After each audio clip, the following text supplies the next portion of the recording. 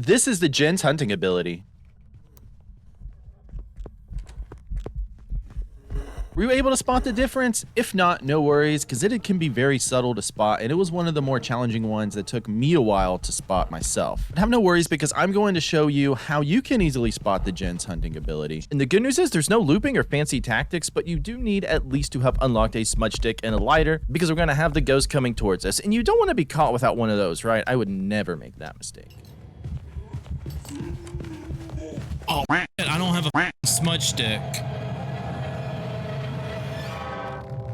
It's a Jinn. One of the key pieces of information you need to know about the Jinn is for it to use any of its abilities, the breaker needs to be on. Therefore, the Jinn cannot turn off the breaker. So if you are playing the game and the ghost ever turns off the breaker, then you can go ahead and rule out a Jinn and not even worry about this test. Now let's talk about something that's not really spoken about a lot, and I don't think a lot of people are familiar with it, but the Jinn actually has a sanity draining ability. The way this works is that if the breaker is on and the Jinn decides to use this sanity draining ability, then any player within a 3-meter range of the Jinn will lose 25% of their sanity. This will also give off an EMF2 reading at the breaker. So one strategy for no evidence games can be to put an EMF reader on the breaker to see if you can hear it go off and the lights have not gone out. You can assume that the Jinn used its sanity drain ability. But I'm sure you're smart enough to see that there's a lot of problems that can come about with this. First off, clearly being, what if you don't hear the EMF reading? The second issue is that the ghost can actually mess with the door to the breaker without actually turning off the breaker. And this will not count as the Jinn using its ability. Any ghost can do this.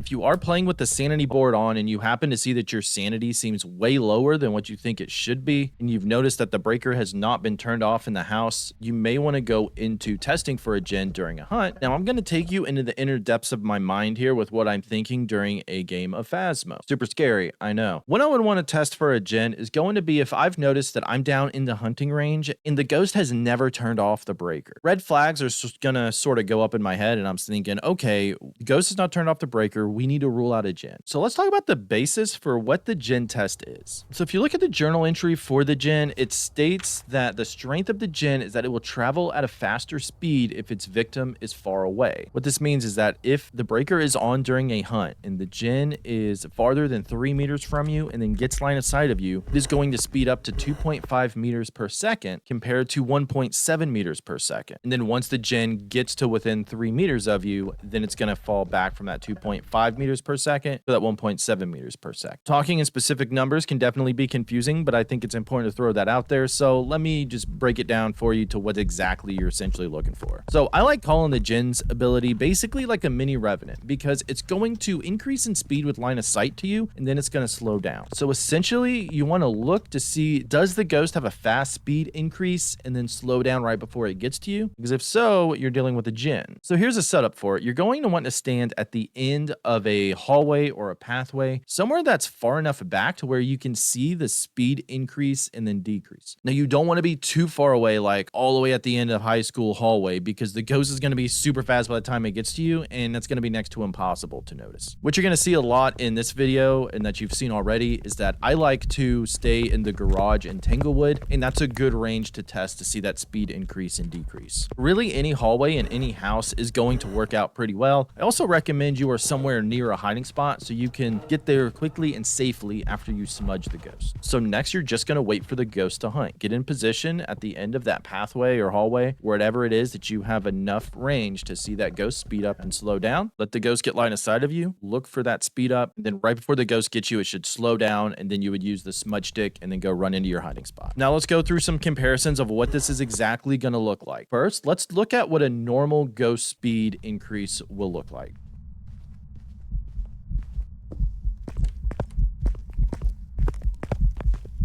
Now, this is the Jinn's ability where it will speed up and then slow down right before getting to us.